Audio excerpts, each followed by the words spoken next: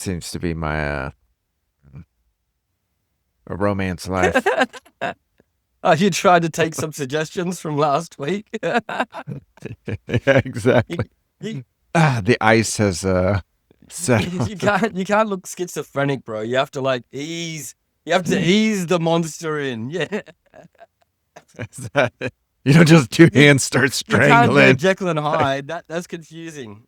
The eyeball started to like squeeze out. I was like, they said you Yeah. love this. You will love It's it. a trap.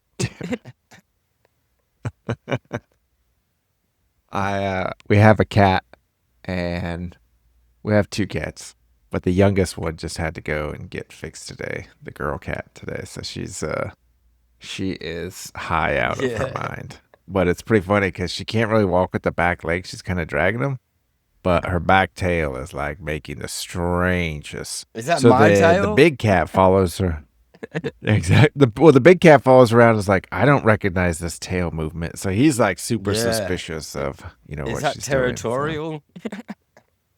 yes, very much. It's a catastrophe. Yes. It's happening to these poor cats.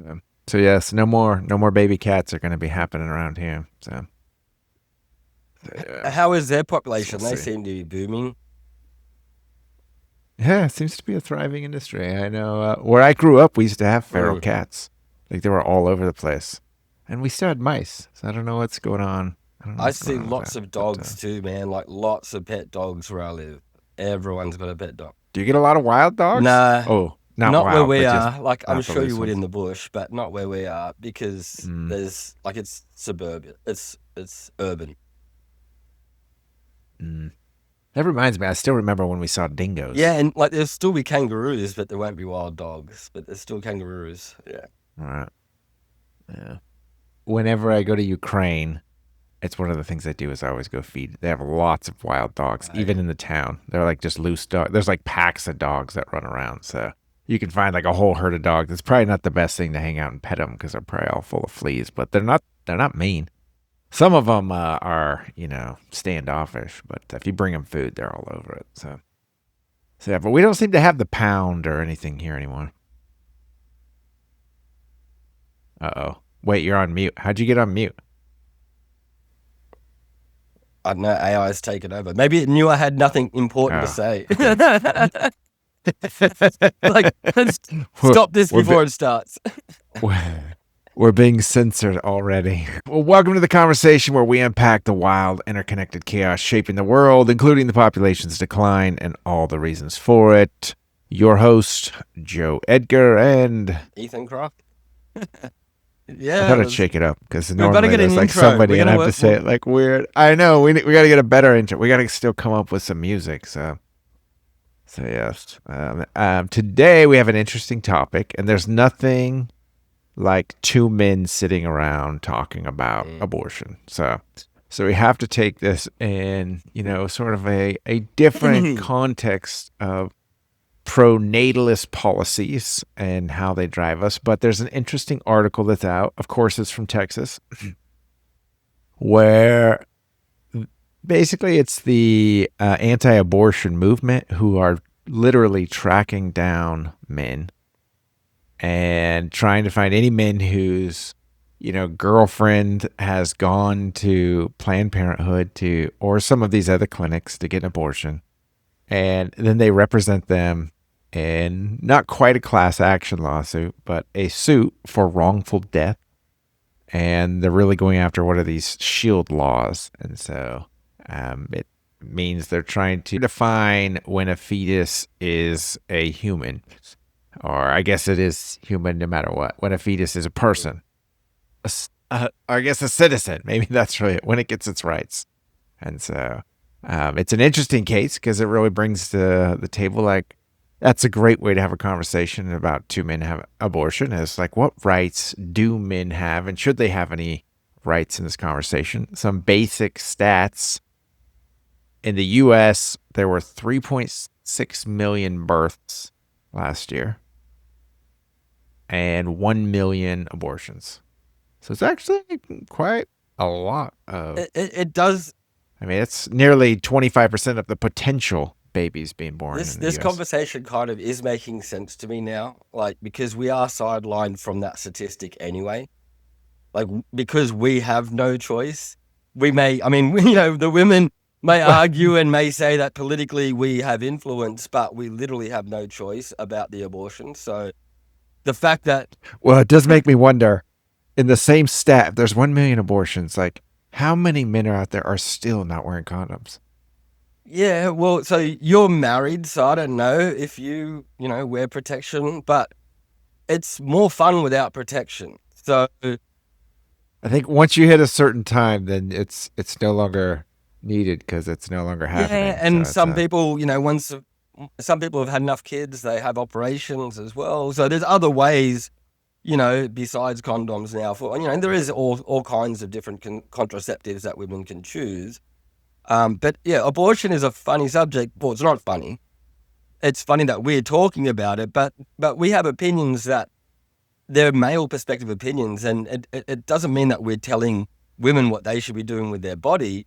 It's just our perspective, and it makes sense that we can have this conversation without a woman, I think, because that we can be blamed for how the way we think, and we can clearly explain our perspectives, I guess. Yeah. how many of your kids were planned? I would say maybe 2 out of 5. 2 out of 5. I know my oldest was 4 when we got married, and my oldest boy was definitely planned, and it was like, 3 days after, the wedding bells. Oh, that's why you got married so My- quick. No, just kidding. No, serious. It was as close to it as possible. Your kids are gonna wonder. And then, let's see. Well, Jay has done the math, and he's like, okay, well, it's close. It's like, 11 months, but it's close. So we got married in December. He was born in November of the following year. So I actually keep his age to like, okay, how many years? Yeah. But then the next one, Logan, I don't really remember how that Where did he happened. I come don't from? think that was a planning. I don't think that was a planning on anything of my part. The fourth was definitely more planned.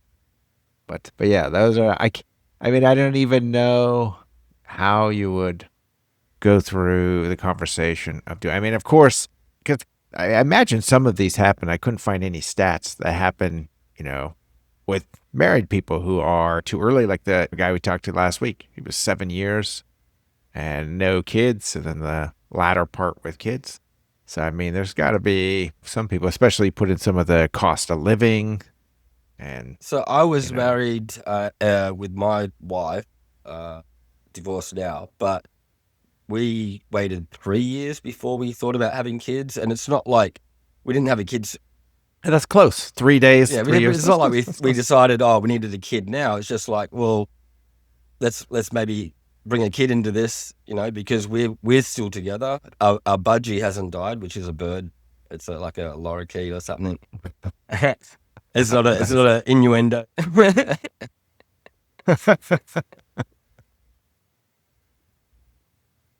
And I think an American equivalent is like a blue Yeah, or something. I think that'd be a galah. You should have used galah. The galah bit. But yeah, so I'd say we were almost 4 years married when we had our first kid. Donahue and Levitt have this Donahue and Levitt hypothesis, and they start driving. This is where you get correlation causation, right? So they put a lot of data, but they have a disclosure that's correlation causation. You can't take anything more of it than that. There's a lot of data that comes together. But since the 1970s, when abortion really started happening on a legal level, they've kind of started tracking some things. Their report directly runs from 1991 to 2014. And it is violent property crime rates each fell by 50% over that same time. Legalized abortion estimated to have reduced violent crime by 47% and property crime by 33% over the period, and thus can explain most of the observed crime decline, so they claim. And they just match it to how many abortions have been, taking place to crime levels. And even the other stat I used last week is murder rate in the U.S. is now about to hit an all-time low. And now abortions are slightly down, but of course population is also I guess down. it makes sense when you add in, like, there'd be several factors, I think, that would, like you're saying, causation, because the unwanted children, if that's what you would call them, or the extra children, is extra stress. Stress leads to other things like alcohol and all these things. No, but what I'm saying, these things affect crime, and then you've got the children that grow up unwanted and looking for a way to find a place and resources in the world, and so that probably adds to the crime element if they don't have a structured household or parents that love them and foster them. So I imagine there is probably some causation there, and look, I'm always middle. I'm never left or right. I do not believe in politics. And so I think there is a place for abortion, but I don't think abortion should be candy. And the same with guns. I think there is a place for guns, but guns should not be candy. We shouldn't be giving guns to kids, and we shouldn't just be throwing abortions. We shouldn't be giving abortions away or even promoting abortions. We should be promoting safe sex first, protection first, prevention and causation, and then abortion becomes a tool if we can't find another appropriate way to, help with the situation of an unwanted child. I mean, are you saying that it's partially a woman's right? I'm saying it should be mostly, if not all, a woman's right. But then it does get interesting, because if it's all a woman's right, then men should not have to pay parental assistance at all. Right. But the thing is, you're not going to get equality. You're not going to get a right or wrong, because it's different. There's a different. Men cannot have a child by themselves. Men cannot choose the abortion by themselves. A woman, on the other hand, can. So, but on the other hand, men cannot refuse to pay child support. They'll go to jail. So, there's no equality there. There's no common sense in any of the apparatus around, the choices that are allowed to be made on both sides, and where the restrictions are, where the rights end. There's no clear guidelines, and that's why courts are a mess. And that's why it isn't. So you're exposing sort of the two sides of the coin hypocrisy that is mostly in the U.S. So there's abortion rights has reversed lately, especially in Texas. Greg Abbott's reversed in part Donald Trump. But for most part, since Roe versus Wade, there are abortion rights here where a woman does have the right, and men do not get a say in that. And so, of course, that's where this lawsuit comes in is, men are trying to say, oh, we should have a say, that you should have to, go full term if I want it. However, because women control the rights, on the downhill side, men do not get to opt out of child support. And so it is, all the power is in, the woman's decision. If they plan to keep it, then the man is now on the hook for child support. Whereas what you're saying is, well, have it one way or the other. If women get to choose whether or not they get to abort freely, then men, on the other hand, should be able to freely choose if they also want to pay for abort, which means they are not going to pay child support. I think that makes more sense, but I'm not an extremist, so I wouldn't say one way or the other. I would say we have to work out some clear guidelines on where the rights are. And I mean, they don't want to do this with the fetus anyway, but now you have to. And you have to consider it. You have to consider where the rights end or start, because you joked about it, but it is confusing. And then and then you add in, it takes two to make a child still, doesn't it? And we talked to a woman before who, has had children placebo, and there has to be rights and arrangements made there. So there has to be some. In fact, she said that's why she did it. It was not just go to the bar and get knocked up, because she's like, I want all these rights. I want it delineated, like who he is and who he's not. Yeah, and so it's not like people are having contracts before they have sex with each other. So, there needs to be some maybe clearer guidelines and clearer, understanding of who has what rights, and then maybe what rights, if you're coming up, what rights does that cost? because if you are going to give full rights to one sex, which I thought America didn't even have sexes, so I don't even know how that works still. But if That's right. if We have you're a going to have, spectrum. It's on a and that's what spectrum. men are Right? probably going to start doing. I'm probably sure you're going to see that. You're going to probably start seeing men pretend to be women so they can have more rights. So that, Oh, I think that's already happening. That's well, and already happening. that'll come with abortion then, won't it? I do laugh. White men are proving that they can be better women too. So that's what we're after. Terrible. But I did look up some interesting stats that relate to somewhat abortion and poverty. So 55% of abortions do happen to those who would be classified as in poverty. And then there was a study, who am I quoting here? The UCSF Turnaway Study. And they found, and this is women who were turned away. So they were not allowed to have an abortion.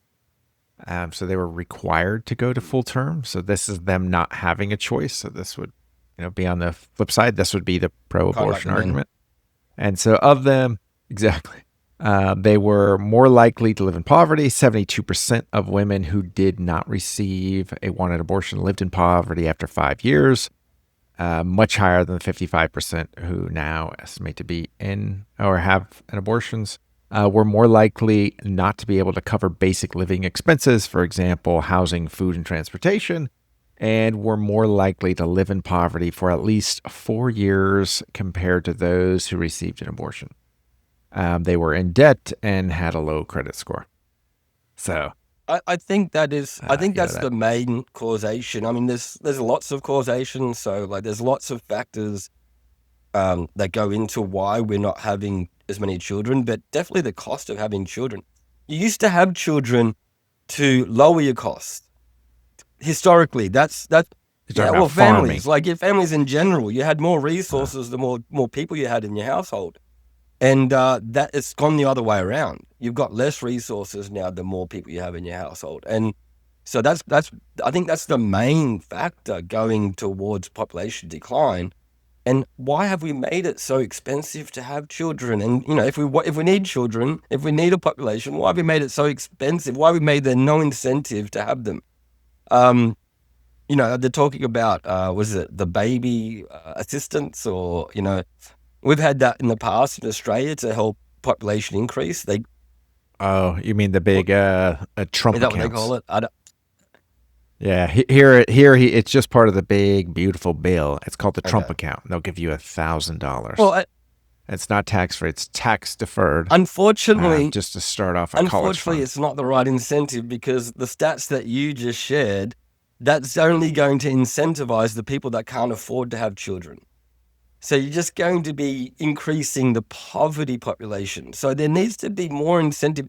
It can't be a gift of money for having a child. There needs to literally be, like the tax deduction, like the tax cuts. There needs to be more incentive for a household that is going to bring population and potential workers and consumers into our economy. Then that instead of paying for these children and forcing these parents to go out and get jobs to send these kids to school, everything like that, the government should be supporting families and households to actually educate the children themselves, actually make them useful, resourced, citizens, and making less strain on the families. But the government's done the exact opposite. The government's put all the strain on the parents for raising these kids. It's given them no help, and it's making it a strain to raise the next generation. Well, what about even on the wealthier end? They're kind of faced with the same thing. So, and it usually ends up waning on women. So I did find an interesting stat put out by Bloomberg that kind of related to last week's conversation. I wish I would have known then. And it dove into gender inequality and pay gaps.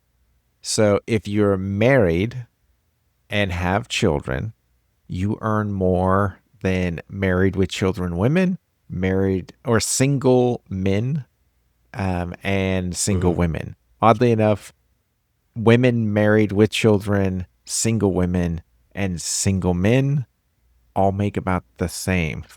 They're all within the same range. And they broke it down even more to say, well, it turns out that men even on a per hour basis, they work more hours, which I only found that interesting off of last week's guy, where he's like, I basically never wanted to go home. I just wanted to work. So maybe that's why, because they just don't want to go home. So they're working literally more hours and getting more overtime to increase that pay gap. But women, this is a known thing, and I definitely recognize it. Women are faced with a penalty to have children on the upper end. And by that, I mean, if you're in a career and you have a career path, and a man and a woman both married, not to each other, but separately, but competing for the same promotion, both competing for the same promotion, and she stops to go on maternity leave, well, he passes her because she's off for a minimum of 6 weeks, and oftentimes more. And by that time, he's jumped in to either take her clients or whatever it is. So there's a penalty, including the cost of having a child, on people that are mostly women facing this conundrum and having a children. So both, you have the lower end where you can't make enough money. You have the higher end where it sets you back, at a cost to have a child. And so some of these penalties do not, somewhat balance. There's been a couple of countries who have attempted to address this. I think the most progressive one is Sweden. So Sweden made a policy, and just to put my own stance out there, I'm actually against all of these policies. I think they go kind of crazy. As soon as you involve the government, I think it's gone wrong. But I do understand, and I can have an appreciation for this policy. So Sweden has put one in where the woman gets 15 weeks, and then the man also gets 15 weeks if the woman goes back to work. And then they have a couple of weeks that they can trade off. So the only way you get this as a parental unit is that both of you have to, take advantage of the leave. Which, of course, the reason I don't like these policies is literally you're saying, stay single, and you can now bypass married people because both of them are going to set back. And that's where I think sometimes policy goes too far. But they are attempting to set kind of a basic standards where men do not have the upper hand when, a woman has to have a baby. Hungary has done some interesting things. They created one that you get a $28,000 loan. You can take out the loan right now, $28,000. And it's forgiven if you have 3 children in 5 years. Or it's a loan you have to pay back in 5 years. That makes more sense to me. Which is pretty interesting. Pretty interesting. It's one where I'm like, well, there's definitely an incentive in there if you wanted it to grow. I will say Sweden and Hungary slightly increased their fertility rate, but still at 1.5. And so neither of them have had much of an impact on their fertility rate, which means the policy hasn't done a lot, but it's, at least a nod in the right direction. Then Poland will pay you $125 per kid a month. And that has had zero impact, but a lot more, I think, poverty, people with children getting welfare. Mm-hmm. So, back to that original problem we had. So then it goes to, well, what kind of incentives, what kind of policies, can we put in to attempt to maybe balance this gap between a penalty and an incentive to have children, and offset some of these costs on the lower end, the poverty side, which if that many abortions are on the poverty side, if I was the government, I would think I would go something more like how they try to recruit with the military. And what I mean is instead of taking a cost, they give a discount.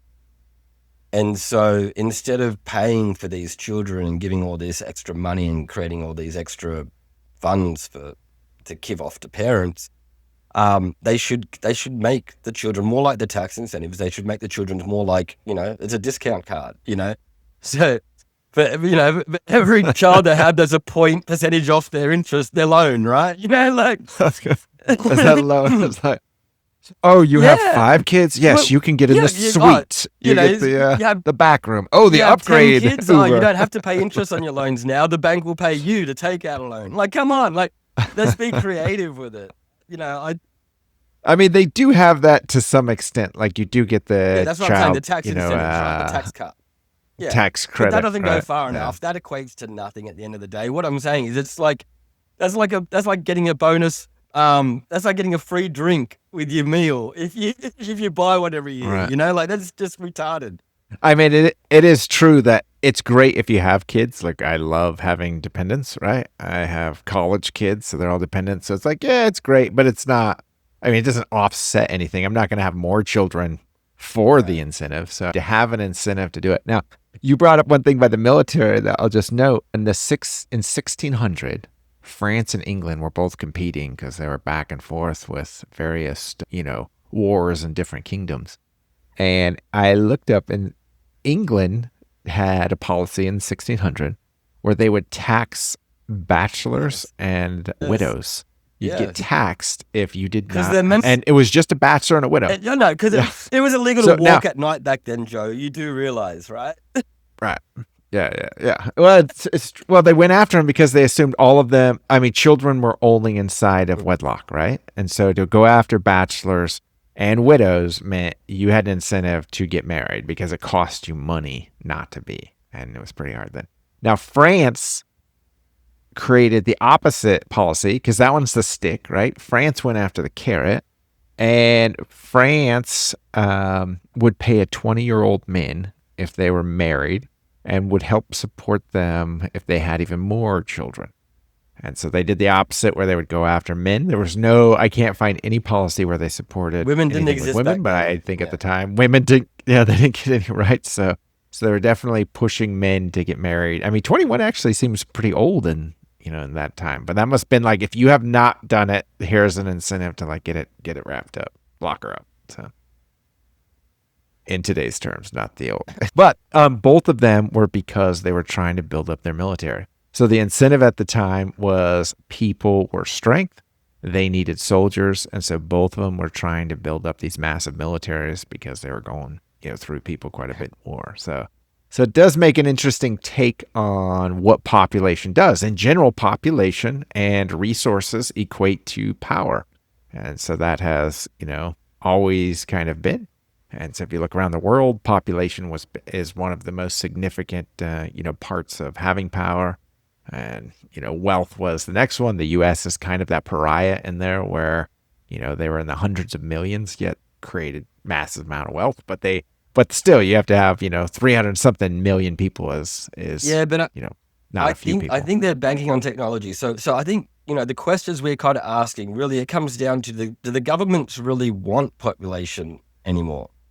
And I don't think they do. I think a lot of the experts, like, even though we're all still kind of, and the media is still arguing about 20-year-old debates about climate change that's going to kill us yesterday and all this kind of stuff, the real monster is AI, because AI is going to take over very soon. And I'm not saying it's going to steal our jobs straight away. I'm saying it's going to take over the way we think very soon. And it's either going to solve all our problems or it's going to make our problems worse. And the problem is we're not talking about it. No one's talking about it. But the thing is, I believe that the government believes that the AI is going to solve our problems. And they don't need a population now. They need to quietly decline the population because they don't know what to do with 99% unemployment. So that they really do think that robots and automation and computing power will be able to take over all of, the majority of the workforce, any kind of job or thinking or task. So we gotta shrink people. They need to shrink the population because there's going to be a problem. What's everyone going to do with their time? I think this is where women will eventually going to benefit. So women will benefit from the AI revolution, because if AI turns out the way it's meant to, then women will just be having babies, and that's where they'll get paid. Their value will be from creating humans.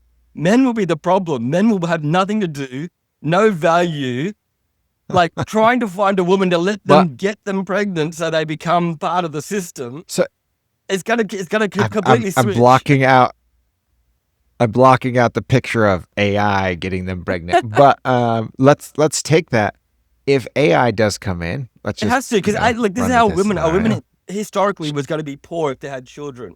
But now, if they have AI, if they can master that and AI can actually make money for them, AI can create a system that gives them wealth, then now they can have as many children as they want. They don't need the man to go out and work.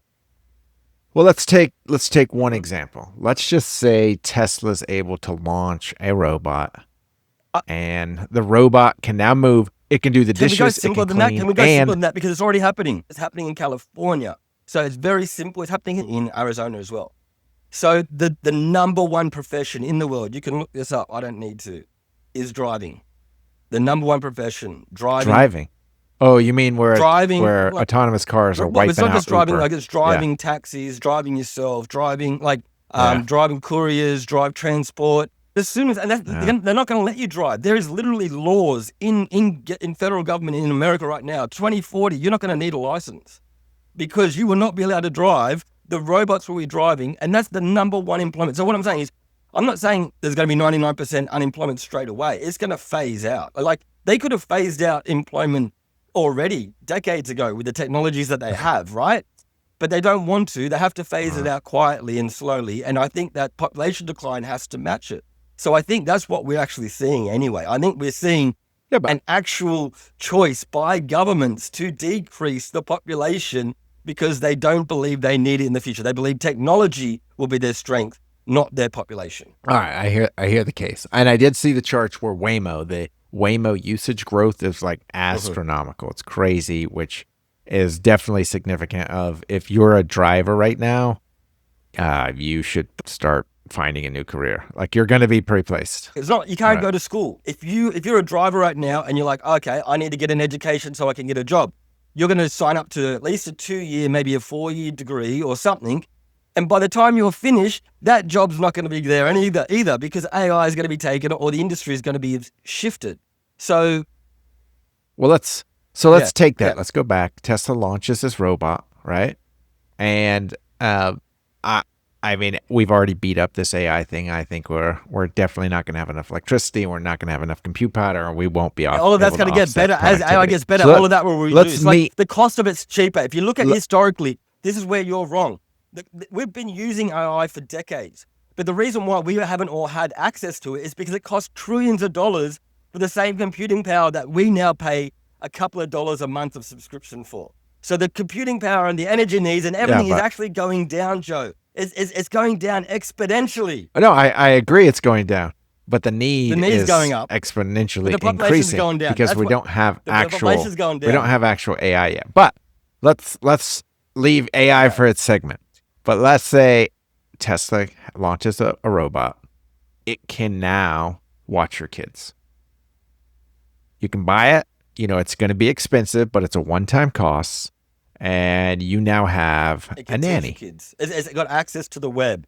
It can teach any course better than a teacher can. You don't understand the verticals, all the different verticals that are going to happen once we have. So that's childcare. And then let's say they can help, somehow they also help lowering housing.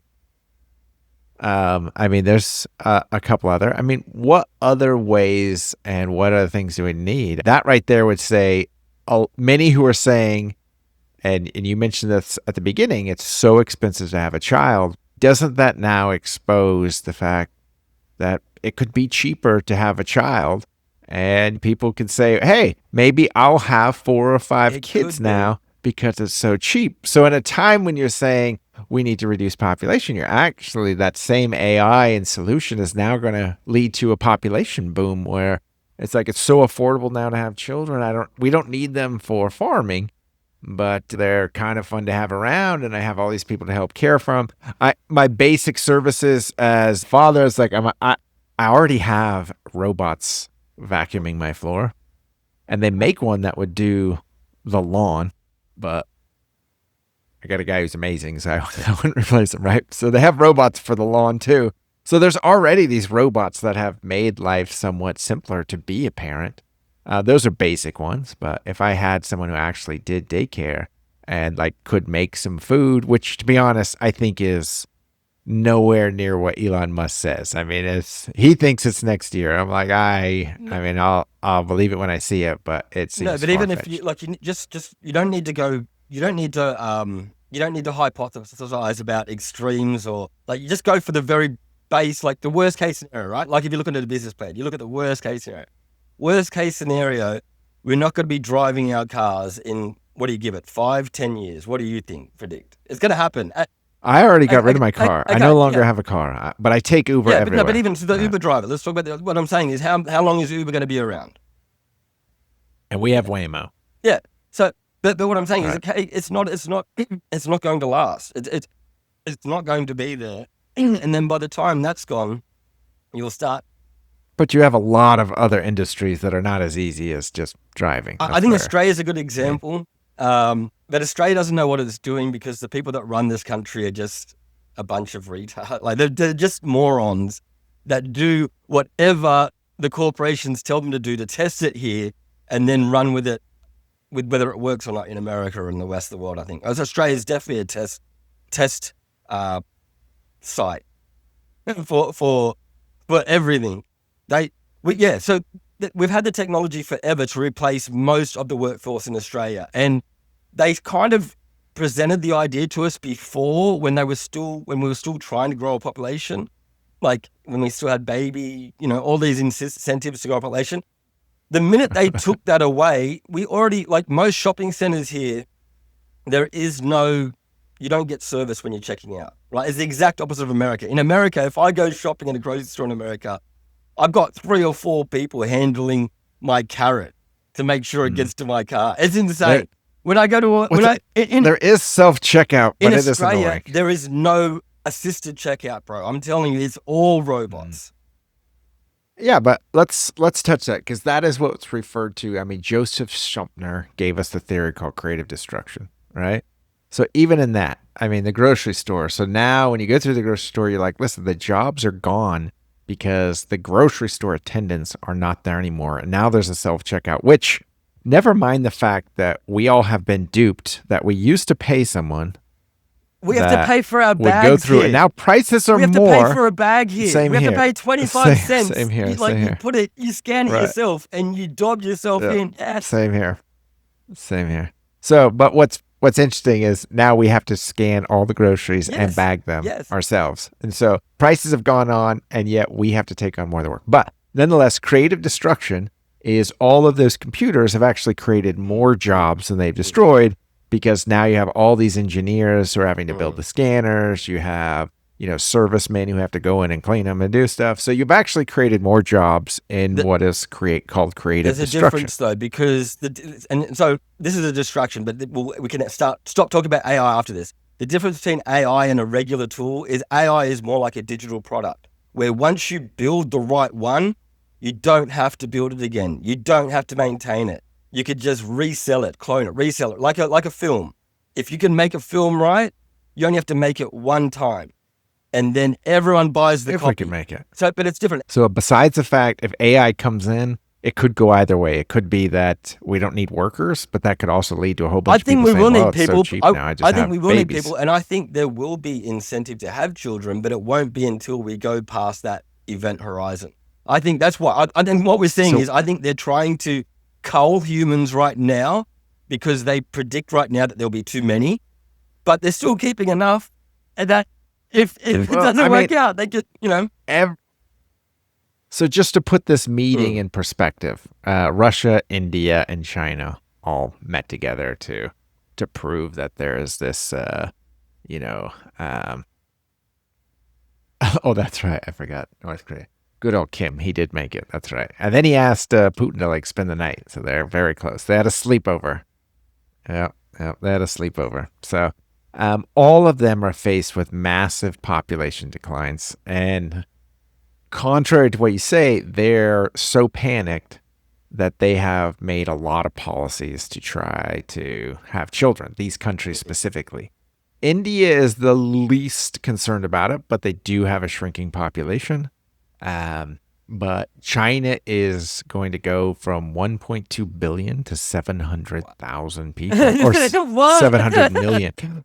Yeah, That sounds like the Black Plague. Fauci's like wet dream. Yeah, exactly. Bill No, Gates but is paying for it's that, going to be right? almost cut in half. And that's like by 2080. So it's going to decline really fast. And of course, China's is going to accelerate the most in decline. That kind of sounds backwards, but accelerate the most in decline. But it is true because they had the one child policy. Then they made an allowance for 2 children. Now they've upped it to 3 children, thinking that people have it. It hasn't had an impact. China has even given a policy that you won't believe this, but now you can use certain pregnancy drugs like an epidural and intrathecal, which of course is available everywhere else. I was shocked to be like, what do they use? I mean, so there's a lot of all natural births going over there. I was They like, no got wonder lots there's of so few plants births. over But there. yes. So China is doing, making moves to try to get people to have children. Russia, you can actually get $12,000 if you have a child in Russia. $12,000 is a lot of money. Is in it Russia. Russian dollars? That is more than an annual Is that Russian salary. dollars or? Well, it's equivalent to Okay. U.S. dollars, which has changed, and I don't know how that's working through this war. This war has wiped out almost 1 million Russians. How many is there not anyway? helpful What's the population of Russia? around 120 to 130 million. Oh, America's a bully. Yeah. How can they be the bad guys? We need an episode where we talk about that. I'll get it. Funny. But they have baby making holiday. Yes. So they have a holiday where it's entire. I'm now, sure it's on Russia the coldest leads day of the world. year, right? It's on the coldest day of the year. There's free vodka. Lots of dancing. Yes. Vodka, you're locked indoors. It lasts a week, something like that. You can see it's like, It's get up to the opposite nothing. of COVID. Well, that even brings up Singapore has switched. They used to have a really low policy, and now they've switched and started offering, a lot of money. They'll offer housing, in Singapore. So they're one where you're seeing more and more policies are starting to go towards trying to incentivize people to have children, which are not taking. There are almost no policies out there that are working. Africa is having the most children in some of those countries, like Ethiopia, it's 7. From the fertility metrics rate. you're looking at, from the high level view that you're looking at, they don't appear to be working. But my conspiracy mind tells me that what they're doing is they're desperate to work out the best way to incentivize population growth after they've got the population where they want it. Because after they've got the population where they want it, after they've got resources and everything else and technology taking care of and everything, their problem is going to be to try and but that's when there's going to be an incentive to people, because people aren't necessary anymore, right? So okay. So let's take that. What would it take then? So I'm you're saying saying right right now, now they're holding back. Right they're now, holding they're back. testing They in want it to markets. So decline. right now, they're testing all these different methods of how and they've got the data on it. They can separate it from the overall economics of what's happening, but they're testing what is the best way to incentivize population growth. At the same time, they've got all these mechanisms that are actually declining population right now. And so that's why, to us, with the overhead level, it looks like none of their attempts are working, but in reality, they're just refining the way to do it as they shrink the population to a manageable level. Okay. So let's say that's true. So let's dive into some of the things they are learning that they're hiding from us.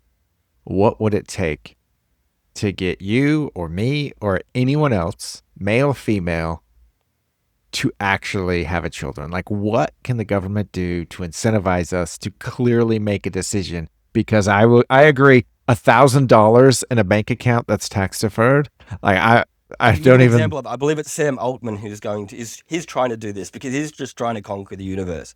He's not trying to do anything else except be Napoleon, right? And the way he's going to do it is he's going to make human beings a Bitcoin.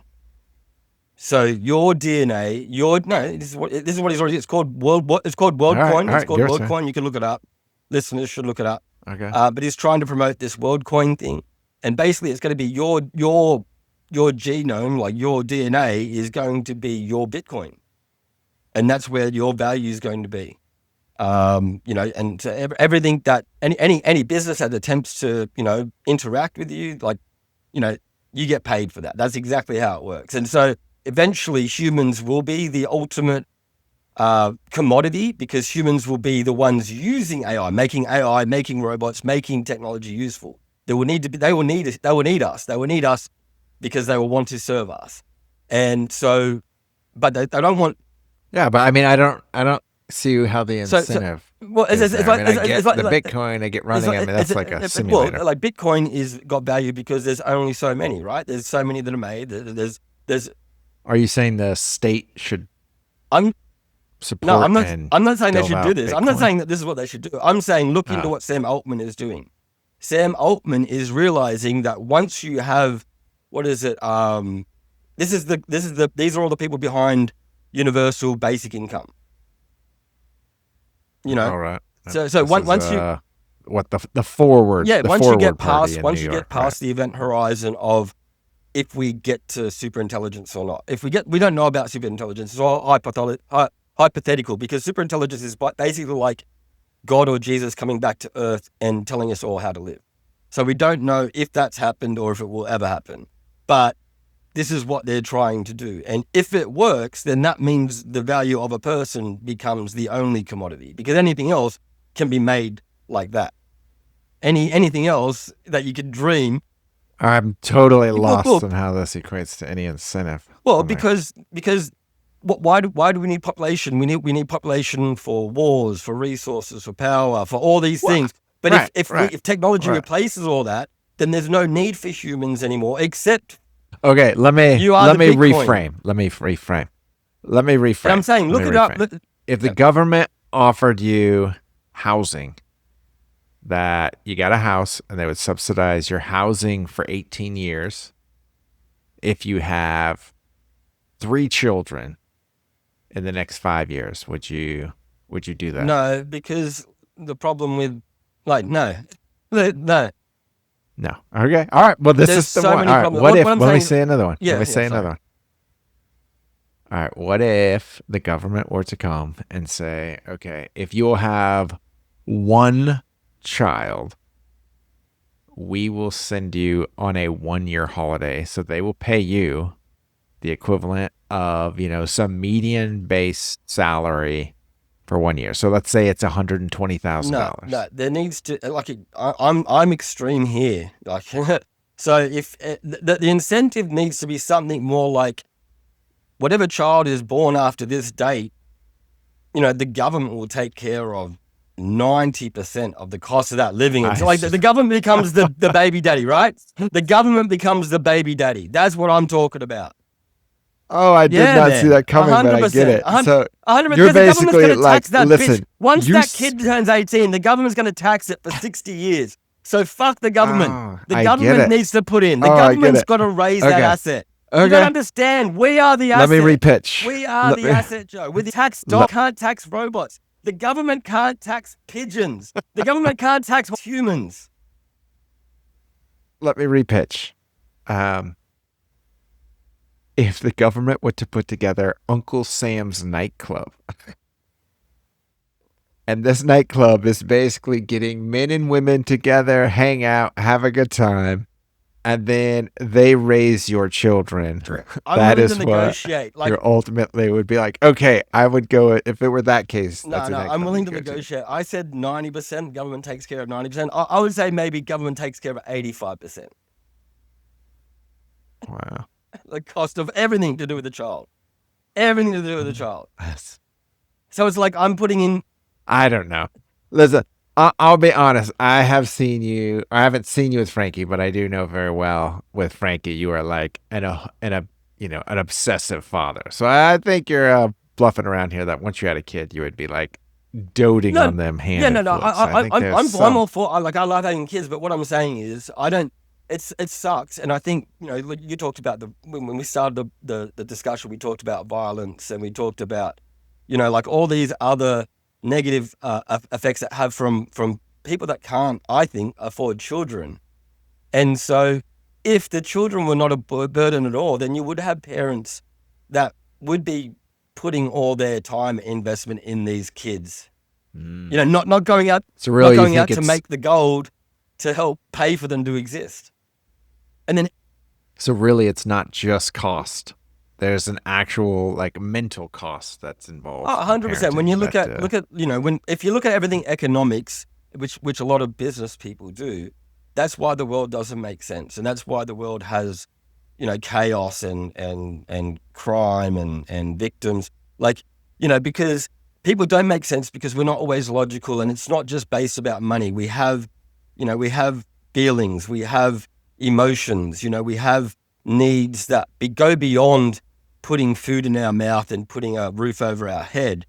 And when we don't put a spreadsheet out there about those kind of things, and we don't have a balanced budget about how we, you know, manage those needs and resources, then we're going to have all these other problems that we think we can only solve with money.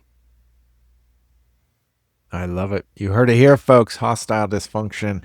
It does bring up a nice topic that we need to dig in more, and that is mental 100%. health and the impact on parenting. That maybe there is no economic thing. One thing I did see this last week is the founder of Telegram, Russian Pavel Durov. He's worth about $8 billion, I think they said. And he has fathered 100 children. Oh, he's got to be giving Jeffrey Epstein a run for his money. Now, most of them I know when I say father, I use that word very loose because I really shouldn't say Donor. that. He's really been a sperm donor. Yeah, but what's interesting about him, and he has pledged all of his fortune to all of them, even though he has. That's what Uncle Sam should do. He's had leave all of it. I love it. Well, until next time, I think we have a call coming up soon where we're going to talk about gun control with a guy who 3D prints it. I'm trying to get that set up. We have another call with a lady who hosted on one of the reality shows. I don't think it was the Jersey Shores. I forget which reality show where she's a house mom. But we got that one coming up and a couple others. So stay tuned. Until then, we'll talk to you later. Peace.